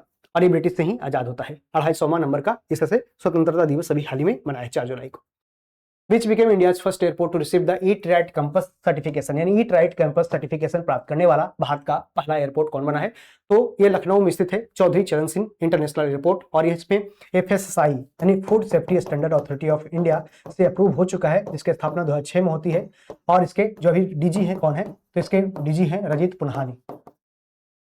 पुन्हानी, जिसको बिहार कैडर का ही अधिकारी है, IAS है, जिनको अभी बनाया गया है, रजित पुन्हानी। ठीक है, तो इसके द्वारा जानते हैं कि यहाँ पे जो खाने पीने की जो वस्तुएं मिलेगी वो काफी सेफ रहेगी, काफी सैनिटेशन यानी कि अच्छे क्वालिटी के प्रोडक्ट रहेंगे, और खास कर ये क्या रहेगा, काफी स्वच्छ रहेगा और पौष्टिक रहेगा। अलेक्जेंडर मोंटेन्यू has resigned as the prime minister of this country, तो इसमें दिया गया, तो इसका आंसर मोल्डोवा हो जाएगा। तो मोल्डोवा के प्रधानमंत्री के रूप में थे और ये अभी हाल ही में इस्तीफा दिए हैं अलेक्जेंडर मोंटेन्यू। और कारण क्या रहा, तो उसमें राजनीतिक हलचल हुई, राजनीतिक उथल पुथल के कारण इन्होंने अपने पद से इस्तीफा दिया। तो आपको बता दें कि रोमानिया का लोकेशन कहाँ पे है, तो रोमानिया का लोकेशन यहाँ देख सकते हैं कि ये क्या है, सॉरी, मोल्डोवा का लोकेशन कहाँ पे, मोल्डोवा, ये मोल्डोवा का यहाँ पे लोकेशन है। और इस तरह से देख सकते हैं कि इसके 2 कंट्री बॉर्डर एरिया है, रोमानिया और क्या है, तो इधर यूक्रेन है। यूक्रेन और रोमानिया के बीच में मोल्डोवा क्या है, एक लैंडलॉक्ड कंट्री है, ये भी याद रखना है, एक लैंडलॉक्ड कंट्री है, लैंडलॉक्ड कंट्री है। और ये पूर्वी यूरोप में स्थित है, कहाँ पे, पूर्वी यूरोप में स्थित है, कहाँ, पूर्वी यूरोप में स्थित है, पूर्वी यूरोप में यूक्रेन के इधर मोल्डोवा स्थित है। ठीक है, ये आपको याद रखते हुए चलना है।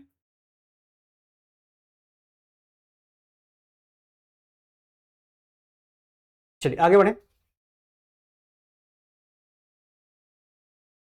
Recently, which neighboring country of India has been classified as an upper middle income country in the World Bank income classification? तो वर्ल्ड बैंक ने अभी हाल ही में आय वर्गीकरण में भारत के किस पड़ोसी देश को अपर मिडिल इनकम में अभी हाल ही में शामिल किया है, तो इसमें अभी आपने देखा कि इसमें श्रीलंका को इसमें शामिल किया है अपर मिडिल इनकम। जानते हैं कैसे, लो हो गया, लो कैटेगरी हो गया, या फिर क्या लोअर मिडिल हो गया,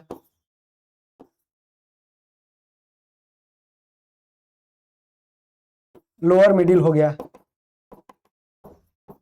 अपर मिडिल हो गया,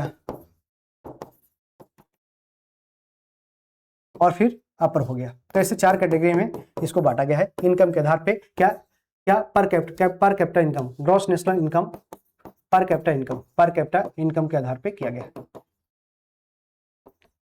ठीक है, recently where did India chair the 9th session of the united intergovernmental group of experts on the consumer protection law and policy, यानी हाल ही में भारत ने united nation conference of trade and development के उपभोक्ता संरक्षण पर अंतर सरकारीय विशेष समूह के 9वें सत्र की अध्यक्षता कहां पर किया है, तो भारत ने ही किया है, और इसकी अध्यक्षता आपको जिनेवा स्विट्जरलैंड में किया है। तो इस कारण से उपभोक्ता का संरक्षण किस तरह से मिल सके, यानी कंज्यूमर प्रोटेक्शन और भी बेहतर रूप से इसे किया जा सके, इसके लिए इसने भारत ने इस पे क्या हस्ताक्षर अध्यक्षता किया है। बिना आंखों वाली और जमीन के नीचे रहने वाली मछली की नई प्रजाति गिचकर नाकाना अभी हाल ही में कौन से राज्य में खोजी गई है? तो आपको ये कहाँ पे खोजा गया है? तो आपको ये पश्चिम बंगाल के क्षेत्र में खोजा गया है। और खासकर ऐसा मछली है जो मुख्य रूप से गुफा के अंदर रहता है, या फिर क्या तो गुफाओं के अंदर या फिर पानी के अंदर अधिक गहराई में रहता है, जिस कारण से उससे आंख की रोशनी चली जाती है। और ये अभी हाल ही में ऐसी इसकी तो बिना आंखों वाली और जमीन के नीचे रहने वाली मछली की नई प्रजाति गिचकर नाकाना अभी कहाँ पश्चिम बंगाल के क्षेत्र में खोजा गया है।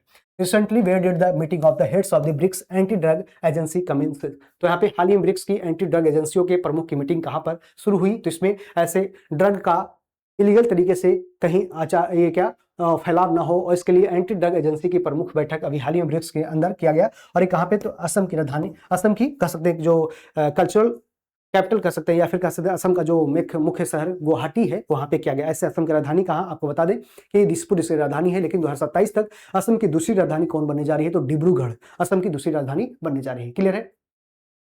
आगे बात करें, recently where did ISRO conduct the first सोलवी ground test for the Gaganyaan mission. जानते हैं भारत सरकार के द्वारा इसरो के द्वारा गगनयान मिशन की शुरुआत कब गई? इसकी ऑफिशियल लॉन्चिंग 2018 में की गई थी, लेकिन अभी तक पूरी तरह से इसका अनाउंसमेंट हुआ था, घोषणा हुआ था, अनाउंसमेंट हुआ था, लेकिन अभी तक इसको पूरी तरह से गगनयान मिशन को आगे अभी डेट है, इसको अभी लॉन्च नहीं किया गया। लेकिन अभी हाल ही में आंध्र प्रदेश के श्रीहरिकोटा से ऐसे गगनयान मिशन को सफलतापूर्वक बनाने के लिए अभी हाल ही में अभी ऐसे काम किया जा रहा है, किस तरह से सब ऑर्बिटल टेस्ट किया जाए, और भी ऐसे फ्लाइट मोड में किस तरह से जो अंतरिक्ष यात्री जाएंगे। जानते हैं कि 3 ऐसे अंतरिक्ष यात्री गगनयान मिशन में जाएंगे, जिसमें आपको लो अर्थ ऑर्बिट यानी 400-500 किलोमीटर के ऊपर क्या करेंगे? पृथ्वी के ऊपर ऐसे ये पृथ्वी का चक्कर लगाएंगे। ठीक है।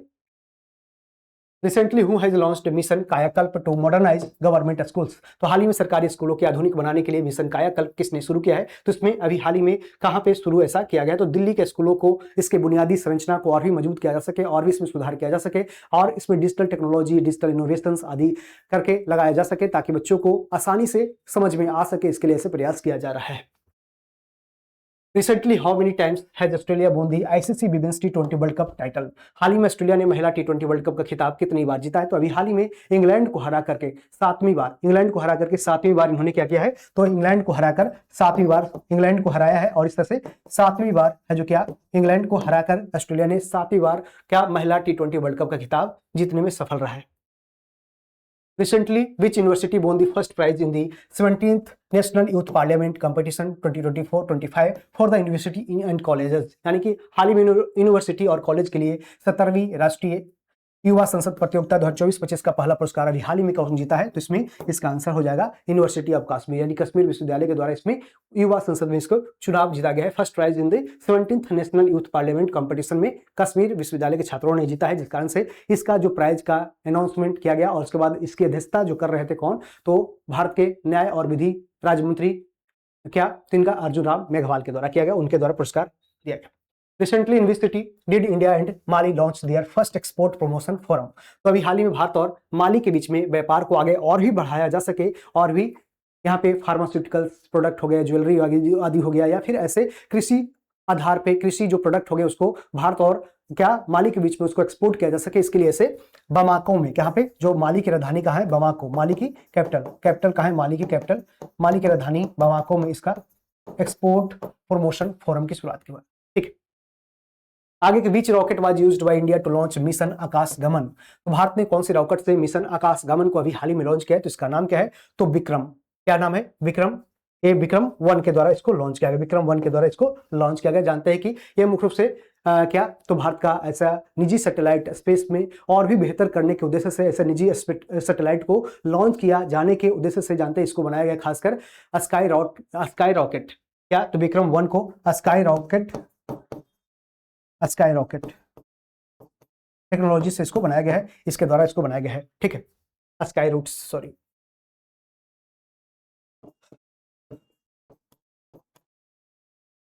इसको बनाया गया है। ठीक है। तो इसका आंसर ऐसे विक्रम 1 हो जाएगा। ठीक है। बाकी इसमें कुछ भी ऐसा ठीक है। हाँ, लास्ट में हम लोग बता देते हैं कि अभी कौन सा दिवस मनाया गया। तो जानते हैं 1 जुलाई को राष्ट्रीय doctor day, national doctors day, और जानते हैं चिकित्सा क्षेत्र में योगदान देने वाले डॉक्टर को सम्मानित करने के लिए ऐसे दिवस मनाया जाता है। और अभी हाल ही में जानते हैं 1 जुलाई को मनाया गया, और जो 2026 में डॉक्टर विधान चंद्र राय, भारत में मनाया जाता है 1 जुलाई को डॉक्टर डे। ये जो पश्चिम बंगाल के पहले क्या रहे, पश्चिम बंगाल के पूर्व मुख्यमंत्री और एक पूर्व कह सकते हैं एक डॉक्टर के रूप में भी शामिल थे, डॉक्टर के रूप में भी थे, जिस कारण से चिकित्सा क्षेत्र में उनके यादगार में 1 जुलाई को मनाया जाता है क्या, नेशनल डॉक्टर डे। 1 जुलाई को ही चार्टर्ड अकाउंटेंट डे मनाया जाता है भारत में आईसीआई के स्थापना के उपलक्ष्य में। साथ साथ राष्ट्रीय डाक कर्मचारी दिवस, नेशनल पोस्टल वर्कर डे 1 जुलाई को मनाया गया डाक कर्मियों के कार्य की सराहना हेतु।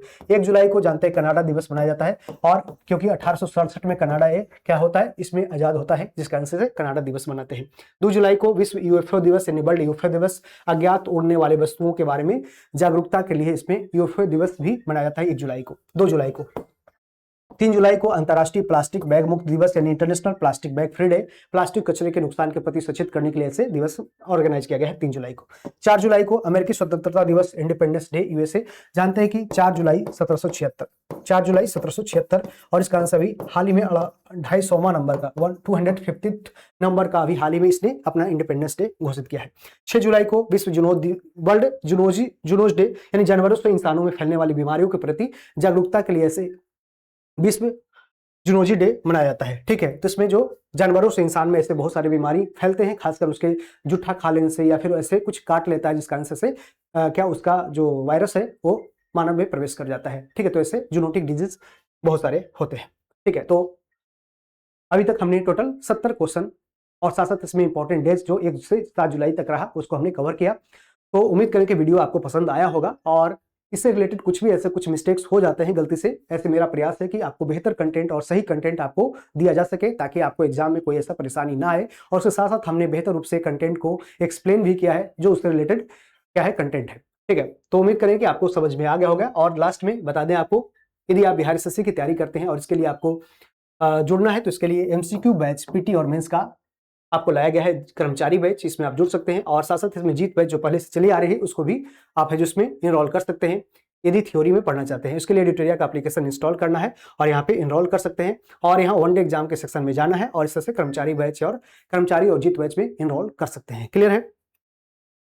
और साथ साथ बीपीएससी का टीआरई 4.0 बैच भी लॉन्च किया जा चुका है। इसमें आपको class 1 to 5 complete batch, class 6 to 8 Hindi complete batch, class 6 to 8 English complete batch, 6 to 8 math और साइंस आदि इसमें ऐसे दिया गया। तो अपने अकॉर्डिंग आप इसमें जुड़ सकते हैं और अपनी तैयारी को आगे बढ़ा सकते हैं। ठीक है, और ऐसे हमारे व्हाट्सएप चैनल को भी रिसेंट अपडेट के लिए फॉलो कर सकते हैं। साथ साथ इसका क्लास का पीडीएफ लेने के लिए आपको एडिटोरिया क्लासेस टेलीग्राम चैनल पे जुड़ करके जितने सारे क्लासेस यूट्यूब पे होते हैं पीडीएफ इसका फ्री में मिलता है, यहाँ से जुड़ करके इसकी तैयारी कर सकते हैं। ठीक है, तो अभी तक वीडियो देखने के लिए थैंक यू, और कैसा लगा वीडियो आप कमेंट बॉक्स में जरूर बताइएगा। साथ साथ वीडियो को जरूर शेयर कीजिएगा अपने दोस्तों के साथ यदि आपको वीडियो यूजफुल लगे, और इसका अगला जो वीक में हम लोग करंट अफेयर्स लाएंगे उसको हम लोग आगे बढ़ाते हुए चलेंगे। तो जैसा आप लोग का डिमांड था कि वीकली करंट अफेयर्स का, तो इस तरह से हम लोग क्या करेंगे, 7 दिन का जो मोस्ट इंपॉर्टेंट क्वेश्चन हो सकता है उसको हम प्रयास करेंगे, और पर डे के हिसाब से लगभग 10 क्वेश्चन हम लोग ने सिलेक्ट किया जो टॉप हो सकते हैं, टॉप क्वेश्चन। ठीक है, तो उम्मीद करें कि आपको वीडियो पसंद आया होगा।